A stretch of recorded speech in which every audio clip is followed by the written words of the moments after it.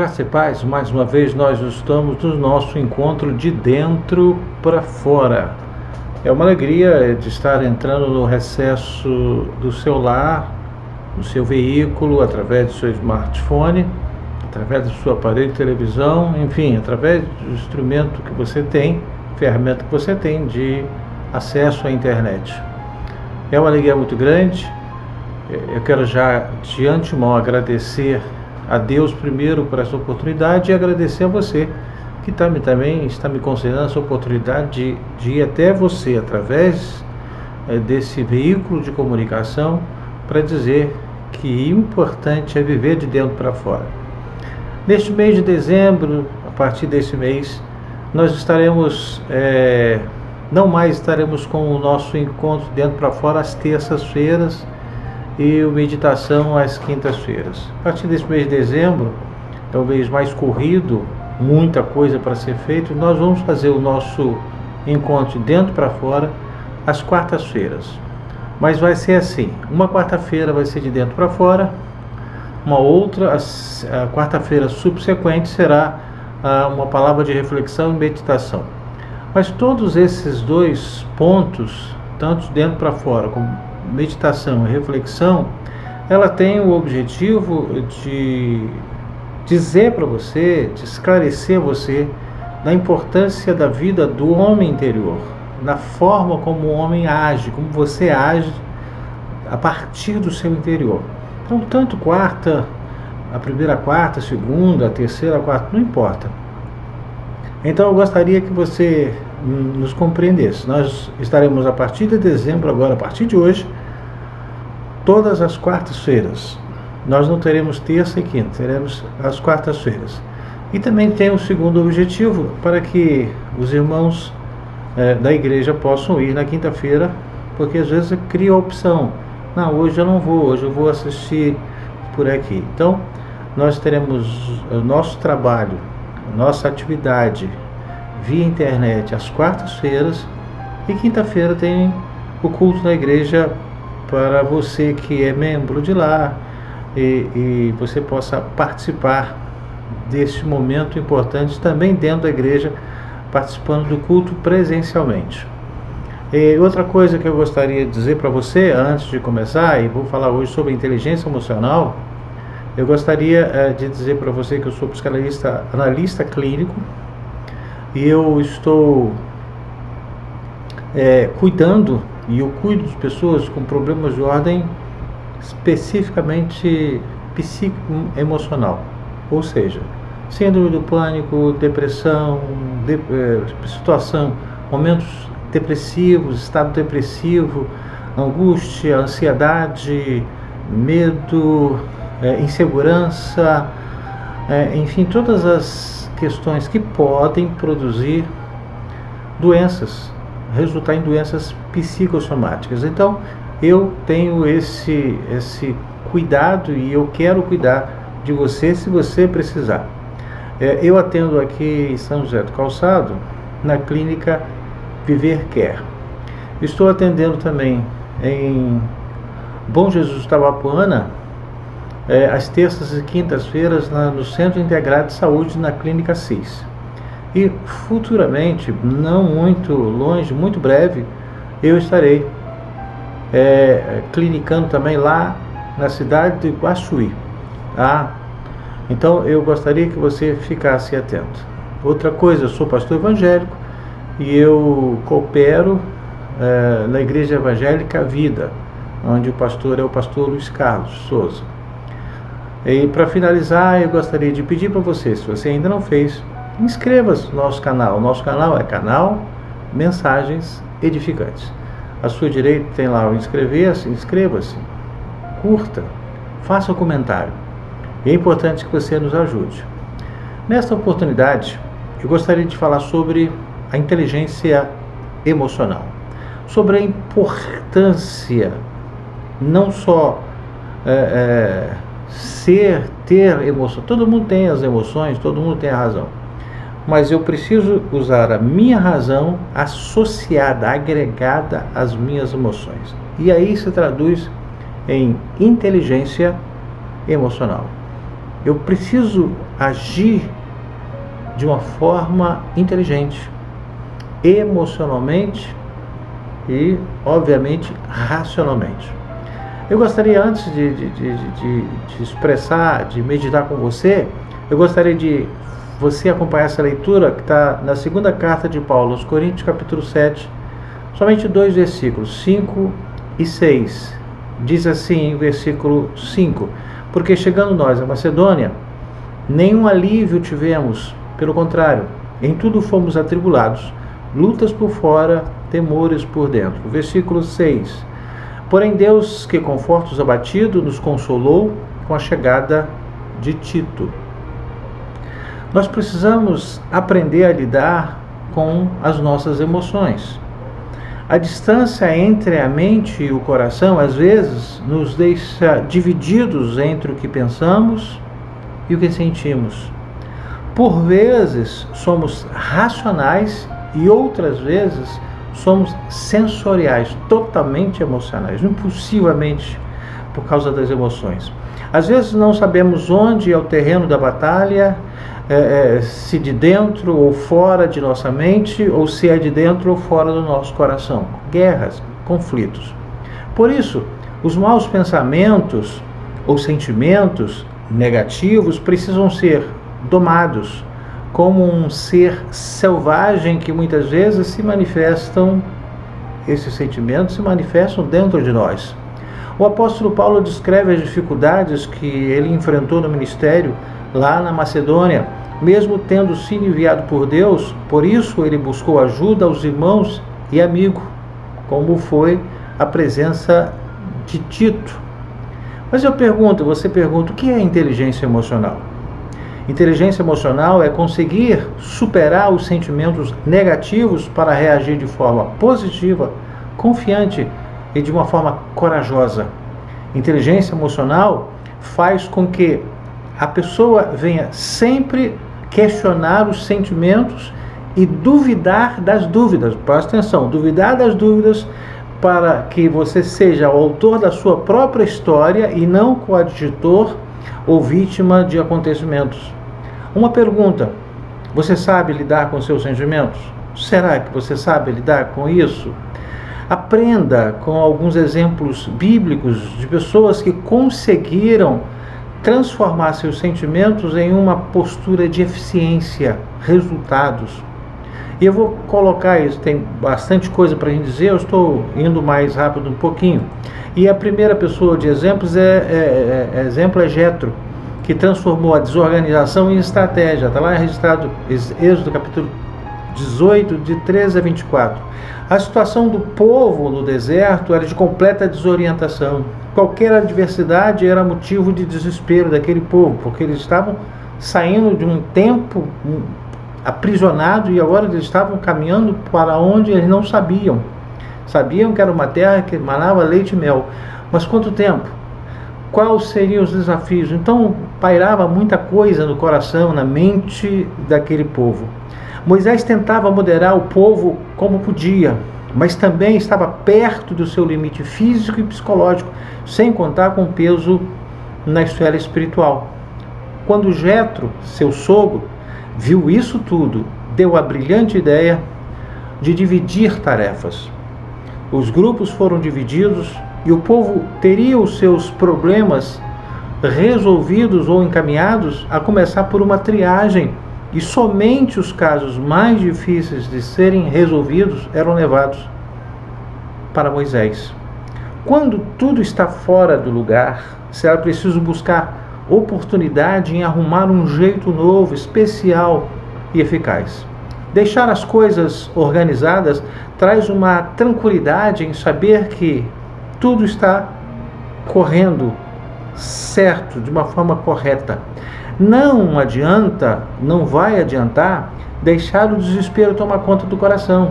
Diante da bagunça, procure equilíbrio e comece a pensar em uma estratégia para você reverter a situação. Se você tem mania de improvisar e deixar tudo para depois, interrompa isso, aprendendo a criar estratégias com metas para a sua vida.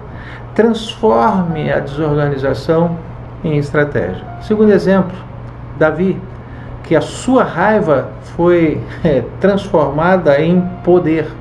1 Samuel capítulo 17, versículo 45, diz assim: Davi, porém, disse ao filisteu: Tu vens contra mim com espada e com lança e com escudo, eu, porém, vou contra ti em nome do Senhor dos Exércitos, o Deus dos Exércitos de Israel, a quem tens afrontado. Ele estava com raiva, ele estava nervoso. O povo de Israel já estava acostumado a ouvir as afrontas dos filisteus. E a sua autoestima do povo, daquele exército, já tinha sido humilhada pelo gigante Golias em diversas ocasiões. Os soldados não conseguiam ter outra reação senão correr de tanto medo. Enquanto isso, o povo alimentava o ódio contra seus inimigos, mas eles não sabiam usar esse sentimento de maneira correta e que pudesse se reverter. O jovem Davi também ficou irado ao ver o Golias maldizendo seu povo e a seu Deus, ao nosso Deus. A atitude de Davi foi invocar o poder do nome do Senhor com autoridade para vencer um gigante. Davi deveria ter em torno de 1,5 m, 1,60 m, e o gigante em torno de 3 metros. Em várias situações da vida, somos tentados pela ira, que é uma obra da carne, e não conseguimos raciocinar quando estamos com raiva. Em Gálatas capítulo 5, versículo 19, 20 e 21, diz assim: Ora, as obras da carne são conhecidas, são prostituição, impureza, lascívia, idolatria, feitiçarias, inimizade, porfia, ciúmes, iras, discórdias, dissensões, facções. Versículo 21. Invejas, bebedices, glutonarias e coisas semelhantes a estas, a respeito das quais eu vos declaro, como já outrora vos preveni, que não herdarão o reino de Deus os que tais coisas praticam. Se nós não tivermos domínio próprio, poderemos cometer grandes erros no momento da ira. Então eu preciso ter controle, eu preciso aprender a gerenciar as minhas emoções e os meus pensamentos. Por isso, quando estamos inconformados, nós precisamos focar em buscar a presença de Deus para que possamos ter autoridade em resolver os conflitos na esfera espiritual. Porque tudo começa a se agregar. Se você é tentado pela raiva, busca o poder de Deus, que lhe fará agir sob a orientação e a bênção do Senhor. Transforme a sua raiva em poder. Terceiro exemplo, Ruth, transformando o desamparo que ela estava vivendo em amor. Ruth 1,16, e ela disse assim: Ruth, diz porém Ruth: não me inste para que te deixe e me obrigue a não seguir-te, porque aonde quer que fores irei, e aonde quer que pousares ali pousarei eu. O teu povo é o meu povo, o teu Deus é o meu Deus. Noemi tinha 2 filhos com suas 2 esposas e juntos formavam uma família feliz, até que esses 2 filhos morreram e ficaram somente as mulheres, Noemi, Ruth e a outra. Então Noemi liberou as suas 2 noras para voltarem à terra delas, de origem, e assim elas, por causa que eram novas, pudessem constituir uma nova família. Mas Ruth não aceitou e fez questão de permanecer junto com a sua sogra, pois percebeu que não ficaria tranquila em saber que a Noemi ficaria desamparada. No mundo que nós estamos vivendo, os amigos abandonam quando mais nós precisamos. Quando somos cristãos, aprendemos que devemos demonstrar amor até o fim e não abandonar os nossos irmãos quando eles estão em apuros. Mas às vezes isso não se concretiza. Nas horas mais difíceis é que nós descobrimos, na verdade, quem são os verdadeiros amigos que nós temos. Existem pessoas que se tornam amargas e reproduzem o mal que outros lhe fizeram, criando um círculo vicioso do mal. Se alguém lhe abandonou, ouça essa: não faça o mesmo. E quando alguém precisar de ajuda, ajude, demonstre companheirismo e amor. Transforme o desamparo em amor. Nós temos um amor de Deus que excede todo o nosso entendimento. Quarto exemplo, Ezequias, que transformou a desilusão em expectativa. Isaías 38, versículo de 1 a 8. A visita do profeta Isaías ao rei Ezequias tinha por finalidade levar a pior notícia que ele podia imaginar. Ele não estava esperando essa notícia, porque ele estava doente. O profeta Isaías foi avisá-lo que ele morreria. Como se não bastasse isso, a dor do rei Ezequias, que ele estava sentindo, ele sofreu ainda mais com a terrível notícia que recebeu. Então ele estava doente, estava com medo e recebeu a notícia: você vai morrer. O sentimento do rei Ezequias foi de completa desilusão. A mensagem do profeta foi para ele colocar a casa em ordem, porque ele morreria no dia seguinte. Mas assim que Isaías saiu do quarto e foi caminhando para sair do palácio, o rei Ezequias se virou para a parede e orou a Deus pedindo mais uma chance. Ezequias não se conformou com a desilusão, porque ele tinha a expectativa de viver mais. Ei, não se acomode por causa da desilusão. Não se acomode, não se conforme. Ei, os sonhos do rei Ezequias foram mais fortes que a sua dor. Quando ele não conseguia mais encarar seus empregados olhando para ele com ar de compaixão e também não conseguia olhar nem para si mesmo, então resolveu se virar para a parede e buscar a visão da fé em Deus através da oração. Saiba que a frustração sempre persegue quem olha para as dificuldades, enquanto que aquele que tem expectativa e olha para Deus, ele busca forças para continuar e não desistir nunca. Não se prenda às dificuldades ou más notícias. Se você não tem mais para onde olhar e encontrar motivação, então olhe para Deus. Você poderá certamente ter tudo mudado. Em qualquer lugar, até mesmo numa parede branca, você poderá conseguir a sonhar de novo. Transforme a desilusão em expectativa. Quinto exemplo, Paulo e Silas, que transformaram a dor em louvor.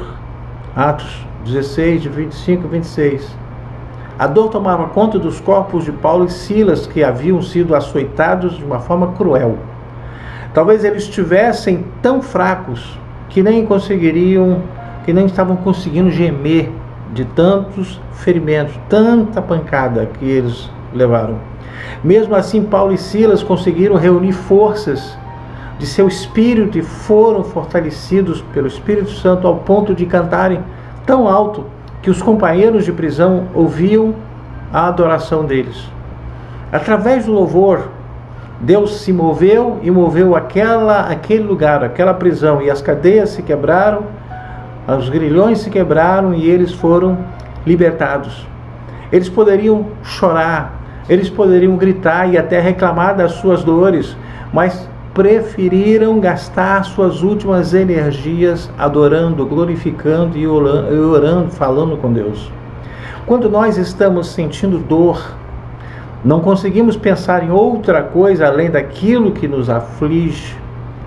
Mas saiba, se nós conseguirmos nos esforçar para buscar a presença de Deus, logo as energias espirituais, elas suprirão as forças físicas que nos faltam. Melhor que murmurar é louvar, é adorar a Deus, é agradecer a Deus. Transforme a dor em louvor. Sexto exemplo, Jó, que transformou as perdas que ele teve em adoração. Jó, capítulo 1, versículo 21, 22, 23, ele disse assim: então Jó se levantou, rasgou o seu manto, rapou a cabeça e lançou-se em terra e adorou. Versículo 21, e disse: no saí do ventre da minha mãe e no voltarei. O Senhor o deu e o Senhor tomou, bendito seja o nome do Senhor. Verso 22. Em tudo isso Jó não pecou, nem atribuiu a Deus falta alguma. A vida de Jó era cheia de prosperidade. E tudo que ele fazia ele era bem-sucedido. E ele era bem reconhecido, tinha fama, tinha nome, tinha bens, tinha família. Até que um dia, Jó foi terrivelmente provado e uma sequência de fatos ruins desencadearam-se na sua vida em poucos dias. Uma notícia ruim vinha após outra, até que a pior de todas as perdas foi anunciada. Seus filhos morreram, Jó. A reação de Jó foi se lançar em terra e, com um gesto de humilhação, ele adorou a Deus sem nem mesmo questionar o Senhor. Se Jó tivesse somente lamentado e chorado, certamente ele não encontraria forças na busca para restaurar a sua vida. Mas ele não lamentou e chorou, ele adorou. Doía, mas ele adorou na dor. O Senhor deu-lhe o dobro de tudo que antes ele possuíra e perdera. Esta expressão mostrou que para Jó havia algo que jamais perderia, que era a sua fé em Deus. Perder não é fácil. Queremos sempre ganhar e nunca perder. Quando choramos, não vale a pena derramar nossas lágrimas ao chão, mas é muito confortante levar tudo à presença de Deus. A adoração não são apenas palavras, e sim uma completa rendição diante de Deus como Senhor, mesmo diante das piores dificuldades. A cada luta que enfrentamos, nós devemos ver como oportunidade para buscar mais a Deus em oração. Se perdermos algo para o mundo, sabemos que Deus é rico em nos abençoar e poder restituir de uma forma infinitamente maior. Mesmo que você vier a perder tudo, nunca perca a oportunidade de adorar a Deus. Não adore, não agradeça só recebendo. Transforme as perdas em adoração. E o sétimo e último exemplo, Jesus, transformando a morte em vida. A vida de Jesus foi repleta de emoções, desde o seu nascimento até o seu ministério, em cada milagre que ele realizara. O amor, que é o maior de todos os sentimentos, enchia a vida de Jesus. A própria essência de sua vida era o amor, pois Deus é amor. Está lá, 1 João capítulo 4, versículo 8. Quando Jesus via alguém sofrendo, sua alma se enchia de compaixão por aquela vida, e o poder de Deus se manifestava e agia através de suas palavras e de seus gestos, operando assim grandiosos milagres.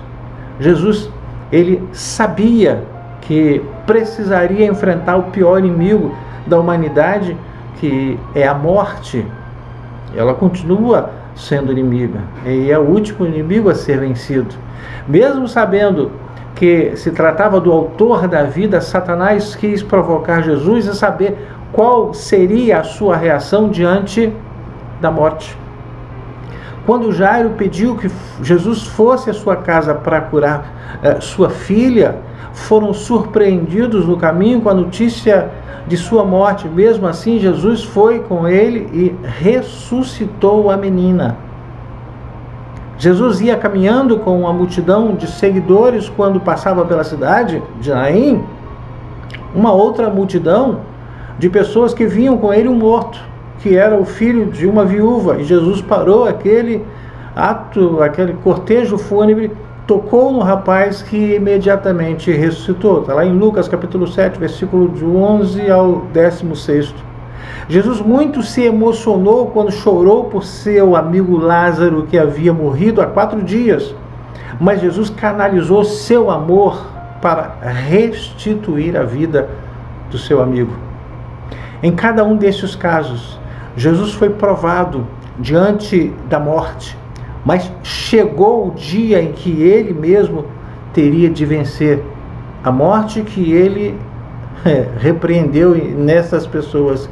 Em Atos capítulo 2, versículo 24, diz assim: rompendo os grilhões da morte, porquanto não era possível que fosse ele retido por ela, morte. A fé na ressurreição nos mostra que tudo pode ser transformado e sempre haverá esperança de renovar todas as coisas. Seja, querido amigo, querida senhora, senhor, jovem, seja emocionalmente inteligente.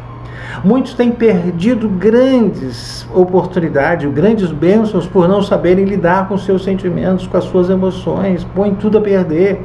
Moisés não soube lidar com a sua ira e perdeu o direito de entrar na terra prometida. Arão não soube lidar com a dúvida de quando Moisés voltaria e caiu ao fazer o bezerro de ouro. Geazi não suportou a ganância e pegou a lepra de Naamã quando aceitou seus presentes. Ananias e Safira, por causa da inveja, mentiram e morreram. Pedro, por não saber lidar com o medo, quase afundou no mar. Saiba que nós não podemos dominar os sentimentos que vêm até nós, mas podemos transformá-los. Precisamos aprender a administrar nossos sentimentos de uma maneira tal que não percamos as bênçãos do Senhor para nós. Um sentimento negativo só poderá trazer consequências ruins. Então, querido, você que está me assistindo, é preciso treinar as emoções para suportar os piores sentimentos sem ser dominados por esses sentimentos. Busque a inteligência emocional. Eu vou orar por você. Pai, no nome de Jesus, obrigado por esse momento tão precioso que estamos aqui de dentro para fora, que eu possa entender, para que aquilo que me aflige por dentro, eu possa transformar em bênção, em alegria, em vida, em reversão de situações, e que o Senhor possa ser abençoado, todos aqueles possam ser abençoados em nome de Jesus. Amém. Deus te abençoe, rico e poderoso e abundante, até a próxima quarta-feira, se Deus assim o permitir. Até lá. Não se esqueça de inscrever-se se você ainda não fez, curtir e comentar. Deus te abençoe. Amém.